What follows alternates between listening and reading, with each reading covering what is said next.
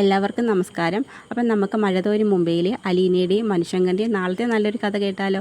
എൻ്റെ ചാനൽ ആദ്യമായി കാണുന്നവരാണെങ്കിൽ ഒന്ന് സബ്സ്ക്രൈബ് ചെയ്യണേ. വീഡിയോ ഇഷ്ടപ്പെടുവാണെങ്കിൽ ലൈക്ക് ചെയ്യണേ, കമൻറ്റ് ചെയ്യണേ. ശിവശങ്കറിനും രാജീവനും കൂടി വൈജയന്തിയെ കാണാനായിട്ട് ഹോസ്പിറ്റലിലോട്ട് വരികയാണ്.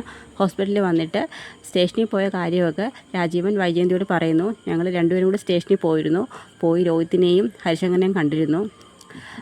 അറസ്റ്റ് ചെയ്ത SI രമേശ് നമ്പ്യാരുടെ സംസാരത്തിൽ നിന്ന് ജാമ്യം കിട്ടാൻ പാടുള്ള കേസാണെന്നാണ് പറയുന്നത്. ആ പെൺകുട്ടി സീരിയസ് ആയിട്ട് തല ഹോസ്പിറ്റലിലാണ്. അച്ഛനും കുറച്ച് പൈസ എന്തെങ്കിലും കൊടുത്താൽ കേസ് ഒതുക്കാൻ പറ്റുമെന്ന് വൈജയ് ചോദിക്കുമ്പോൾ നീ എന്താണ് വൈജയ് പറയുന്നത്? നമ്മുടെ വീട്ടിൽ വലിയ പെൺകുട്ടികൾ ഇനി ഒന്നും പറഞ്ഞിട്ട് കാര്യമില്ല. സംഭവിക്കാനുള്ളതെല്ലാം സംഭവിച്ചു പോയി. നമ്മൾ എത്താനും വൈകിപ്പോയി. എങ്ങനെയെങ്കിലും ജാമ്യം എടുക്കാൻ ശ്രമിക്കണമെന്ന് ചോദിക്കും. വല്ല രാഷ്ട്രീയക്കാർ മുഖേന എന്തെങ്കിലും സാധിക്കുമെന്നൊക്കെ വൈജയ് ചോദിക്കുന്നു. ഒരു സാധ്യതയില്ല, ഇപ്പോൾ ഭരണകക്ഷിയുടെ ഭരണമില്ലയോ എന്നൊക്കെ പറയുന്നുണ്ട്. പക്ഷേ ഇനി എന്താ ശിവേട്ട ഒരു മാർഗം?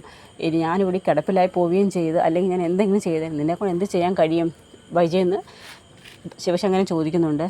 ഇതിനെല്ലാം കാരണം അവൾ ഒറ്റൊരുത്തിയ അലീന എന്ന് പറയുന്നത്. നീ ഇപ്പോഴും അലീനെ കുറ്റപ്പെടുത്തിക്കൊണ്ടിരിക്കുകയാണ്. അവൾ എന്ത് ചെയ്തു? അവളിപ്പോഴും പോലീസുകാർ രോഹിത്തിനും ഹരിശങ്കറിനും എതിരെ ഒരു കംപ്ലയിൻ്റ് എഴുതി തയ്യാറാക്കി അതിൽ ഒപ്പിടിപ്പിക്കാൻ വേണ്ടി അവളെ എത്ര നേരം സ്റ്റേഷനിൽ പിടിച്ച് വെച്ചിട്ട് നിനക്കറിയാവോ? അവളുടെ മനസാക്ഷി കൊണ്ട് മാത്രമാണ് അവൾ അതിൽ ഒപ്പിടാതിരുന്നത്. എന്നിട്ട് നീ ഇപ്പോഴും അവളെ കുറ്റപ്പെടുത്തിക്കൊണ്ടിരിക്കുക ഇല്ലയോ? നിൻ്റെ മോൻ ചെയ്തൊക്കെ നല്ലത്. അപ്പോഴത്തേക്ക് വൈജയ്ക്ക് പിന്നൊന്നും പറയാൻ മറുപടി ഇല്ലായിരുന്നു. ഞങ്ങൾ പോയി ബാലേന്ദ്രനെ കാണണമെന്ന് പറഞ്ഞുകൊണ്ട് ബാലേന്ദ്രനെ കാണാനായിട്ട് ചെല്ലുന്നു. ബാലേന്ദ്രനെ ചോദിക്കുന്നു എപ്പോഴാണ് ശിവേട്ട അന്നേന്നൊക്കെ ചോദിക്കുന്നു.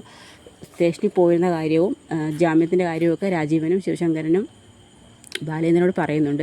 ഇനിയൊന്നും പറഞ്ഞിട്ട് കാര്യമില്ല ശിവേട്ട, നമ്മൾ മക്കളെ ഒരുപാട് പ്രതീക്ഷകളോടെ വളർത്തും. അവർക്ക് അവരുടെ തോന്നിയ കണക്കല്ലേ അവർ ജീവിക്കുന്നത്. ഇനി ജാമ്യം കിട്ടുന്നെങ്കിൽ ജാമ്യം കിട്ടട്ടെ, അല്ലാതെ എന്ത് ചെയ്യാൻ? ഈ കിടപ്പിൽ കിടന്നുകൊണ്ട് നമ്മൾ എന്ത് ചെയ്യാനാ?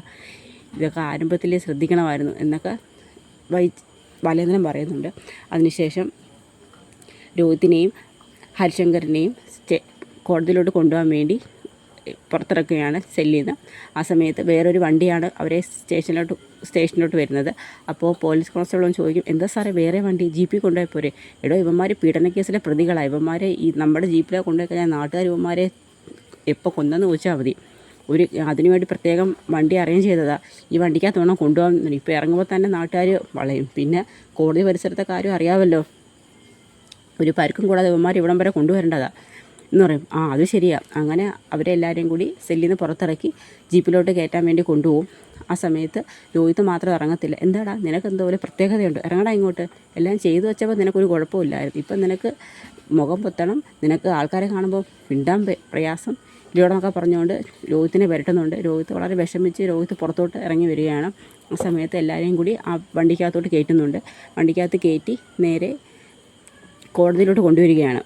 തന്നെ ആൾക്കാർ വന്ന് കൂടി ബഹളവും കല്ലേറും ഒക്കെ ആയിരുന്നു. അതിനുശേഷം കോടതിയിലോട്ട് കൊണ്ടുവരുമ്പോൾ കോടതി പരിസരത്ത് മുഴുവൻ അങ്ങ് നാട്ടുകാരും പോലീസും ചാനലുകാരും എല്ലാം അങ്ങ് നിറഞ്ഞു നിൽക്കുകയാണ്.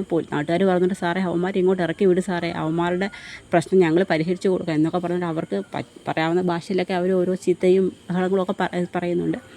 അതിനുശേഷം ഇവരെ കോടതിയിലോട്ട് കോടതിയിൽ നിന്ന് അങ്ങോട്ട് ഇറക്കുന്ന സമയത്താണ് രാജീവനും ശിവശങ്കരനും അങ്ങോട്ട് വരുന്നത്.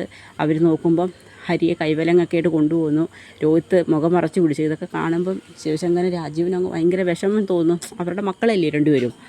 അവരൊന്നും മിണ്ടാതെ ഇങ്ങനെ നിൽക്കുകയാണ്, തലകുനിച്ചിങ്ങനെ നിൽക്കുകയാണ്. ഇവരിങ്ങനെ വണ്ടിക്കകത്ത് ഇറക്കിയവരെ കോടതിക്കകത്തേക്ക് കൊണ്ടുപോവുകയാണ്.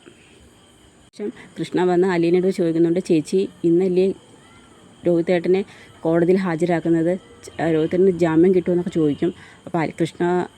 അപ്പോൾ കൃഷ്ണ അങ്ങനെ ചോദിക്കുമ്പോൾ അലീന പറയും, അത് മോളെ എനിക്കറിയത്തില്ല, ഇന്ന് കോടതി ഹാജരാക്കുമെന്നാണ് പറഞ്ഞത്. ശിവനങ്ങളും രാജീവനങ്ങളും കൂടി കോടതിയിലോട്ട് പോയിട്ടുണ്ട്. നമുക്ക് എന്തായാലും മനോട്ടനെ ഒന്ന് വിളിച്ചു നോക്കാം, മനോട്ടൻ അറിയാൻ പറ്റുമല്ലോ എന്താണെന്നുള്ളതെന്ന് പറയും. എങ്കിൽ ഒരു കാര്യം ഞാൻ ചോദിച്ചാൽ നമുക്ക് മനോട്ടനെ വിളിക്കാമെന്ന് പറയും. ഇതിനെല്ലാം കാരണം അമ്മയാണ്. ചോദിക്കുക കൊച്ചിലെ മുതലേ എങ്ങനെ രോഹിയേട്ടൻ എന്ത് തെറ്റ് ചെയ്താലും അമ്മ പറയും സാരമില്ലെന്ന് പറഞ്ഞ് എന്തിനും അങ്ങ് രോഹിയേട്ടനെ സപ്പോർട്ട് ചെയ്യും. അച്ഛൻ എന്തെങ്കിലും പറഞ്ഞാൽ തന്നെ അച്ഛനെ അങ്ങ് ഒറ്റപ്പെടുത്തും, എന്നിട്ട് രോഹിയേട്ടനെ സപ്പോർട്ട് ചെയ്യും. അങ്ങനെയൊന്നും ആയിരിക്കത്തില്ല മോളെ, ചേച്ചിക്ക് അറിയാൻ വയ്യാത്തതുകൊണ്ട്. ഞാൻ കൊച്ചിലോട്ട് ഇതെല്ലാം കാണുന്നില്ലേ ഇവിടെ. രോഹിത്തേട്ടൻ എന്ത് തെറ്റ് ചെയ്താലും അമ്മ രോഹിത്തേട്ടന് സപ്പോർട്ടാണെന്ന് പറയും. മുമ്പ് ചേച്ചിയുടെ ഒരു പ്രശ്നം വന്ന സമയത്തും അമ്മ രോഹിത്തിനെ സപ്പോർട്ട് ചെയ്യില്ല ചെയ്തത്. അന്ന് രോഹിത്തേട്ടനെ വിലക്കാനോ ഒന്നും ശ്രമിച്ചില്ലല്ലോ. ചേച്ചി ഇവിടുന്ന് പോകണമെന്നായിരുന്നു അമ്മയുടെ ഡിമാൻഡെന്ന് പറയും.